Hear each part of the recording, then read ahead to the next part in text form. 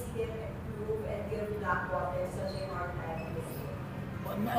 His inside presence, that gave Blackwater some trouble. It was just a matchup problem for them.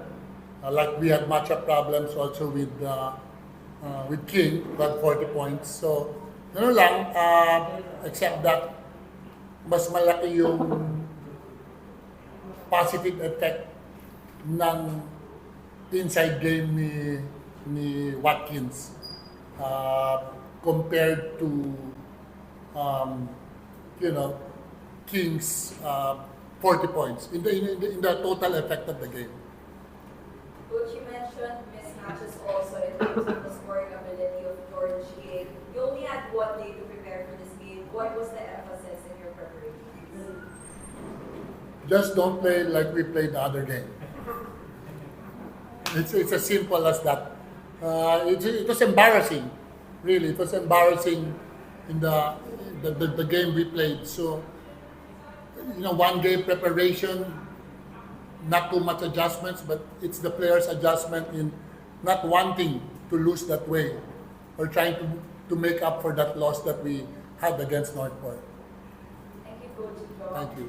Robert, bagay laro, sabi mo hindi mo na maalala kailan mo huling nag-score na single digits lang. But prior to this game, paano mo ba kinausap yung sarili mo para hindi na mangyari yung last game? Yun nga, nakakahiya, sabi ni Coach. And wala, nung first game kasi sinunod namin yung game plan ni Coach. Ang ganda. Yung problema lang nung humapol na sila, umalis kami doon sa ilang buwan namin ng ensayo. So itong game na to, in-emphasize ni Coach na kahit anong mangyari, tuloy nyo lang yung kung ano yung ginagawa namin, kung maayos forma kami o hindi. And yun, masaya ako sa teammates ko. Ang ganda ng linaro lahat. So sana sa next game ganun ulit. Ngayon, di nila ako sinunod. Doon isang laro, sinunod ako. Ngayon, hindi.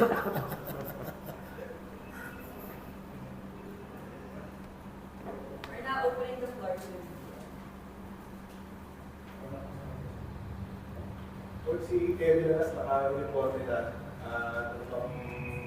May plano ka bang ilaro siya ngayon or No, tinatapos lang namin yung timeline niya. Tinatapos lang talaga namin, sinasagad talaga namin kung ano yung timeline niya. Pwede naman, kaya lang mas safe sa kanya if we finish the timeline na binigay sa kanya ng doktor. Yeah. Which is malapit na, mga 2025. Ganun. Coach, marami yung nakatribute sa inyo, Roger, and Yeah. Gomez, kung parang sa kanila. Yeah, well, it all starts with Berto eh. It all starts with Berto. Him being able to create for them. Yun. So, kaya malaking bagay na Berto, ilan assist mo? 10 assists, di ba?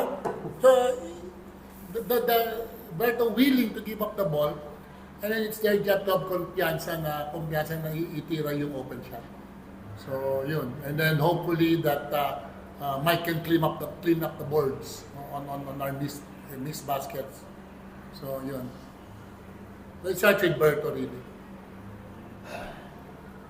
Ito, sa pagkaka-struggle, tingin mo sa depensa pa ng Northport o masama ng gising? No, actually, it's my fault eh. Kung kasalanan ko yun, why hindi siya nakakuha ng, yung rhythm niya.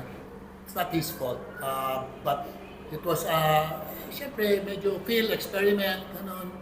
So, but, now Berto is in his, normal, comfort zone, normal. So that's why he play, medyo nakakuha siya ng rhythm. Okay, Thank you. so much, Coach John. Hey.